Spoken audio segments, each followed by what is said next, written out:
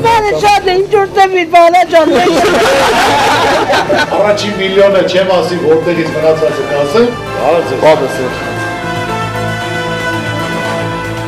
Ոնց կարող ենք մենք Գյումրին ներկայացնել աշխարհին։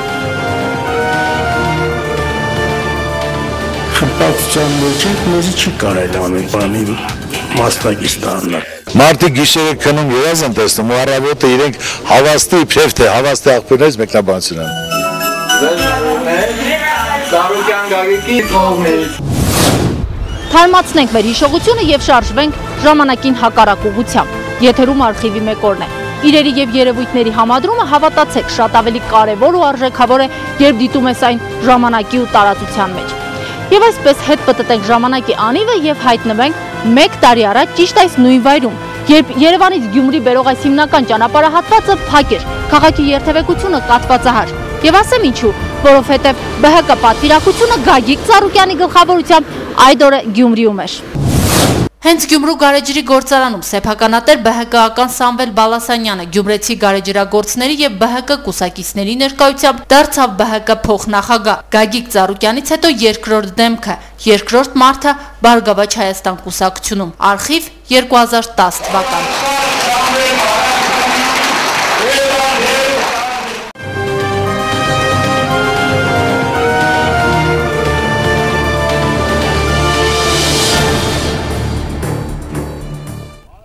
Սկզբից եւ այդ իր այցելությունը զուտ աշխատանքային բնորոշեց ԲՀԿ առաջնորդը, բայց իր կողմից թույլ տրված զարմանալի շռայլությունը հիշեցրեց նախընտրական քարոզարշավի օրերը։ Գյումրեցիներից նամակներ ստացավ, բաժանեց նաեւ ամերիկյան դոլարներ։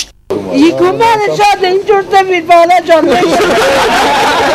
Գումարը 150,000 է։ Լավ, ես կուտամ, քուարի մոտ։ Չի 150,000 դու կուտա, ես նեմ։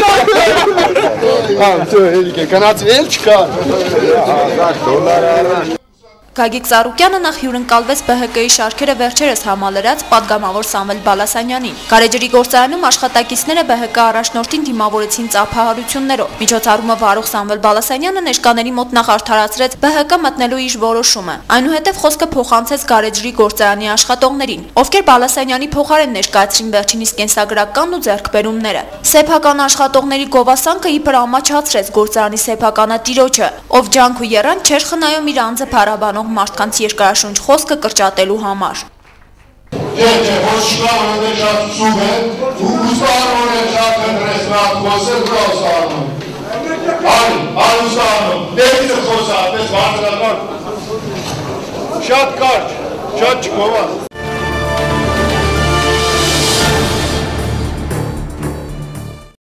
Այսօր արդեն 1 տարվա հեռվից փորձենք գնահատել գործընթացը, թե ինչու դա այդպես եղավ, ինչն էր պատճառը, որ մոտ 2 տարի առանց կուսակցության գործելուց հետո Սամվել Բալասանյանը որոշեց նախ համալրել ԲՀԿ շարքերը, հետո միանգամից դարձավ այդ կուսակցության փոխնախագահը, իսկ ավելի ուշ զբաղեցրեց նաև խորհրդարանում երկրորդ պաշտոնը։ Ում էր այս ամենը պետք, կուսակցությանը թե պատգամավորին։ Հասկանանք ու ըմբռնենք իրերի ու երևույթների չերևացող ու երբևէ չլուսաբանված կողմը 1 տարվա հեռվից, իսկ դրա համար նախ լսենք ԲՀԿ առաջնորդի ելույթից մի հատված, որ 1 տարի առաջ ճիշտ նույն օրը նա խոսում էր գարեջրի գործարանում հավաքված բազմության առաջ։ Ես ընդհանրապես իմ հանդիպումներին չեմ նախապատրաստում մյուսների պես, անգիր անեմ, մեջբերումներ անեմ, այլ ինչ որ ուզում եմ հասարակության մեջ, ժողովրդին, օրնայելով դեմքներին, աչքերի փայլին, վստահությանը, հավատին, ըստ այնուր ես խոսում եմ։ Ես ընդհանրապես անկեղծ, պարզ, ոնց է, ես ինձ դնում եմ ձեր փոխարեն։ ԲՀԿ առաջնորդի այս ելույթը հաստատ ինքնանպատակ չէր։ Բարգավաճ Հայաստան կուսակցությունը ժողովրդին խաբելու խնդիր չունի մյուսների պես, ասում էր Գագիկ Ծառուկյանը։ Իսկ ով է այդ դեպքում խաբում ժողովրդին։ Եթե մարդը 5000 դրամ վերցնում է, անդրությանը գնում է, ես ուրիշ կողմ եմ քվեարկում, կամ ինչ-որ եթե մի հատ գարաժի տեղով, դա ապատայի խնդիրից է սատոտանը։ Այդ դրանով ոչ երջանկություն, ոչ բարեկեցություն։ Այն ամենակարևորը ով կարող է անել, նա պետք է անի։ Էլի փոխադարձ վերցնեն։ Բայց գնացել, ընտրեն նրան, կամ կարողանան պայքարել։ Նրա համար ով դա իրականացնի։ Իր այս խոսքում դարձյալ Գագիկ Ծառուկյանը որևէ կոնկրետացում չի անում, թե ասենք ովքեր են 5000 դրամ բաժանողները։ Նորից դիմենք արխիվի օրվան։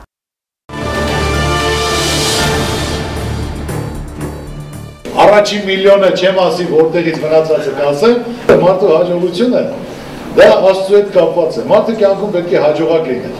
Այս խոսքով արդեն Գագիկ Ծառուկյանը ուղղակի պատասխանում է իր հնարավորություններն ու եկամուտները հաշվող ստուգումներ իրականացնող ուժերին, նրանց պատասխանելով, թե իր հարստությունն աստծուց է։ Հիշեցնենք, որ Գագիկ Ծառուկյանն ու մտերիմներին պատկանող հիմնարկ ձեռնարկություններում ստուգումների մասին մամուլը գրում էր ճիշտ այս օրերին, ինչի մասին Գագիկ Ծառուկյանը չէր բարձրաձայնում, սակայն չէր էլ հեշքում, որ այնուամենայնիվ նման ստուգումներ կատարվում են։ Իսկ կոալիցիոն կուսակցության հետ սրված հակասություններին տալիս էր մեկ բնորոշում՝ աշխատանքային հակասություններ։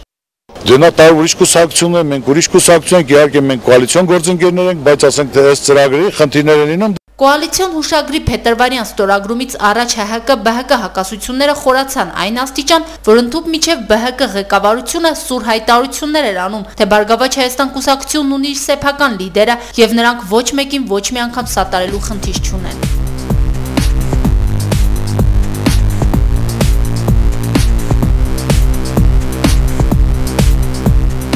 Այս ամենի հետ նշենք, որ կուսակցությունը թուլանում էր, այն իմաստով, որ տարիներ առաջ հենց այնպես պատահականորեն կուսակցության շարքերում հայտնված մարդիկ սկսում էին պարզապես թողնել կուսակցական շարքերն ու դուրս գալ Բարգավաճ Հայաստան կուսակցությունից։ ԲՀԿ-ում սա համարում էին կուսակցության ինքնամաքրում, բայց հասկանում էին նաև, որ երևույթը կարող է վարակիչ լինել եւ վատ հետևանքներ ունենալ։ Ուրեմն եւ այս պայմաններում Սամվել Բալասանյանի մուտքը Բարգավաճ Հայաստան կուսակցություն ձեռնտու էր կուսակցությանը։ Բալասանյանը քաղաքականության մեջ էր 1999 թվականից։ Նա նաև գործարար էր եւ զգալի թվով մարդկային ռեսուրս նրա այդ պարզապես գործարար հարաբերությունների մեջ էին։ Իսկ 2007 թվականի ազգային ժողովի падգամավորների ընտրությունների ժամանակ Բալասանյանը որպես ՕԵԿ-ից առաջադրված падգամավորության տեխնացու նույն ընտրատեղամասում հաղթանակ էր տարել Բարգավաճ Հայաստան կուսակցությունից առաջադրված падգամավորության տեխնացու Համբարձում Մաթևոսյանի նկատմամբ։ Եվ տվյալ ժամանակում, երբ Շիրակի դժվարին մարզ գործուղում էր ստանում նաև Աշոտ Գիզիրյանը, հանրապետականների դիրքերը այս մարզում ավելի ամրացնելու համար ուղղակի անհրաժեշտություն էր Բարգավաճ Հայաստան կուսակցության համար ունենալ քաղաքականության մեջ ավելի հին ու ճանաչված մարդ։ Եվ Սամվել Բալասանյանի հեղինակությունը բարձրացնելու նպատակով նրան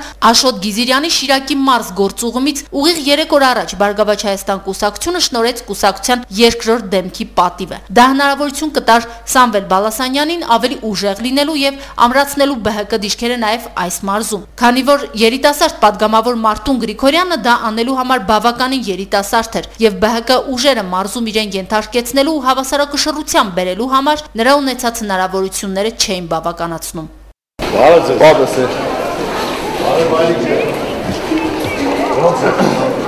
Հասկանալի էր, որ Բարգավաճ Հայաստան կուսակցությունում նոր, բայց գյումրեցիներին սովոր դեմք էր պետք։ Այդպիսին էր 2007 թվականի падգամավորական ընտրություններից հետո օրինաց երկիր կուսակցությունից հեռացած եւ շուրջ 2 տարի որպես անկախ падգամավոր գործող Սամվել Բալասանյանը։ 1999 թվականին ազգային ժողովի падգամավոր է ընտրվել թիվ 63 ընտրատարածքից։ Եղել է ազգային ժողովի արտաքին հարաբերությունների մշտական հանձնաժողովի անդամ։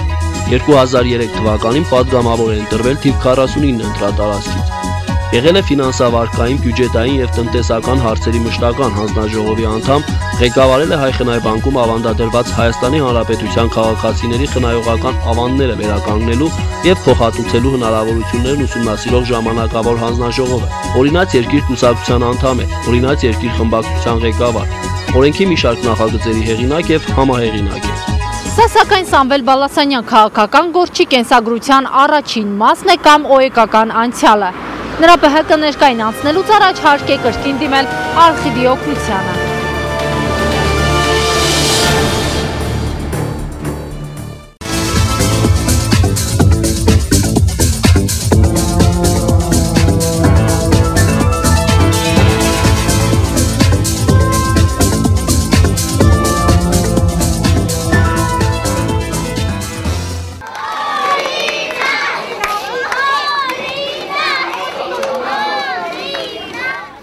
Բալասանյանն անդամագրվեց օրինաց երկիր կուսակցությանը։ Գործարար հաջողություններն այդ տարիներին բարեհաջող էին, իսկ օրենքի օրինաց երկիր կառուցելու նրա խանդավառությունը մեծ այն աստիճան, որ Բալասանյանն ինքը մի առիթով հայտարարեց, թե ՕԵԿ-ն անկամից ճակատին է դաջված եւ մաքրել հնարավոր չի։ Տարիներ անց այդ խանդավառության պտուղները падգամավորը քաղելու էր 2010 թվականին, փորձելով հնչեցրած իր խոսքերին այլ ենթատեքստ հայտնել։ Մոտավորապես ասելով, թե օրինաց երկիր ասելով ինքը ի նկատի է ունեցել Բարգավաճ Հայաստանը։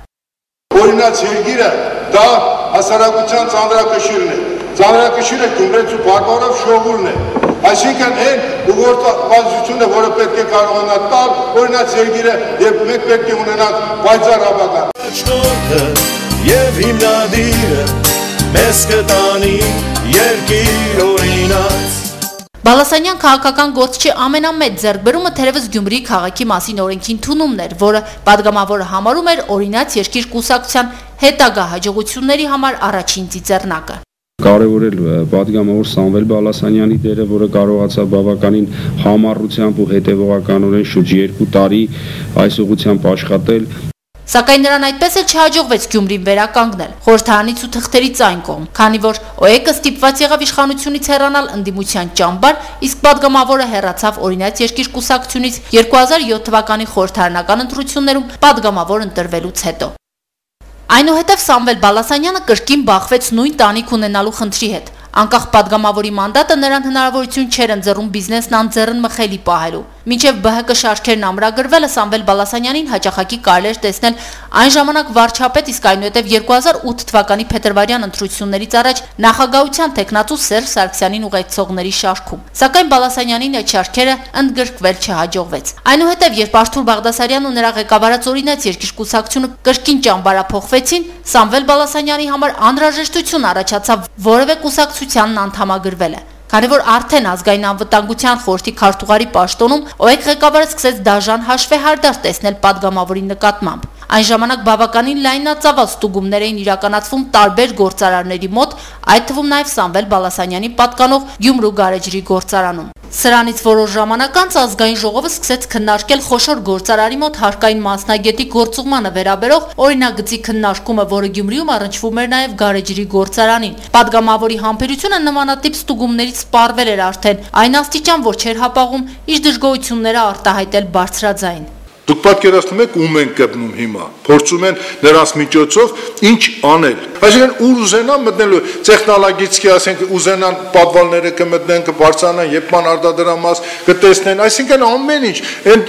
տպավորությունն է, որ մենք ասենք ընդհանրապես դուրս գանք, եւ ասենք խնդրեմ բանալիները, դուք աշխատացել եք։ Այս պայմաններում Բալասանյանի համար օրախնդիր դարձավ ԲՀԿ-ին անդամագրվելու հարցը, բայց պայմանով, որ նա կուսակցությունում բարձրաստիճան պաշտոն է զբաղեցնելու, որպեսզի նախ ազդեցիկ լինի մարզի կուսակիցների համար, եւ հետո Բալասանյանն ՕԵԿ-ում էլ բարձր դիրք է զբաղեցրել խմբակցության քարտուղարի պաշտոնը։ Թերևս սրանով է բացատրվում նաեւ, որ ավելի ուշ խորհրդարանում ԲՀԿ-ի պահանջով Արևիկ Պետրոսյանին փոխարինեցին Սամվել Բալասանյանով, եւ Գյումրեցի падգամավորը դարձավ խորհրդարանի երկրորդ դեմքը։ Ինչ է տեղի ունենում այսօր ԲՀԿ-ում, ինչով է զբաղված կուսակցությունը, Հայաստանի հասարակության ուշադրության օրակարգում ՀՀԿ եւ Հայ ազգային կոնգրես երկխոսությունն է։ Քաղաքական բեմահարթակում ՀՀԿ-ից ու ՀԱԿ-ից անհամեմատ հեռու դարձյալ քաղաքական զարգացումներ կան։ Բարգավաճ Հայաստան կուսակցությունը գործում է կոալիցիոն մյուս կուսակցություններից անջատ նախընտրական տրամադրություններով։ Շիրակի մարզում իրականացվում են տարբեր ակցիաներ։ Ակտիվացել են անգամ ԲՀԿ-ական դպրոցի տնօրենները։ Նրանք կազմակերպում են աշակերտների համար, այսպես ասած, ԲՀԿ-ական հանգիստ, տանելով նրանց Երևանի գազանանոց, հետո ռեստորան։ Չմոռանալով զգուշացնել ծնողներին, որ ամառային այս նվերը Գագիկ Ծառուկյանից է։ Իսկ ԲՀԿ առաջնորդը օրերս կրկին հայտարարեց, որ չի բացառվում, թե ԲՀԿ-ն խորհրդարանական ընտրությունների կգնա առանձին ցուցակով։ Ինչ է սա նշանակում։ Ըստ վերլուծաբանների, թերևս ԲՀԿ-ում մտավախություն կա, որ Գագիկ Ծառուկյանի կուսակցությունը կարող է կորցնել ազգային ժողովում երկրորդ ուժի իր դիրքերը եւ ոչ միայն ազգային ժողովում։ Ու քանի որ Հայաստանի երկրորդ նախագահ Ռոբերտ Քոչարյանի անունը կամա թե ակամա քաղաքական ենթագիտակցության մեջ ասոցացվում է ԲՀԿ կուսակցության հետ, ուստի հարկ ենք համարում մի փոքր խոսել նրա մասին։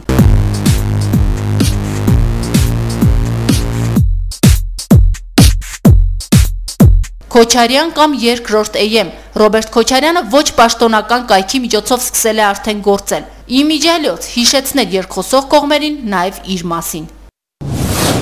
Իսկ ինչպես կզարգանան քաղաքական իրողությունները հետայսում մենք հետամուտ կլինենք եւ հետո ժամանակի հերվից կփորձենք երևույթը գնահատել ճշտորեն, վերհանելով պատճառահետևանքային բոլոր կապերը։ Սա արխիվի մեկ օրն է։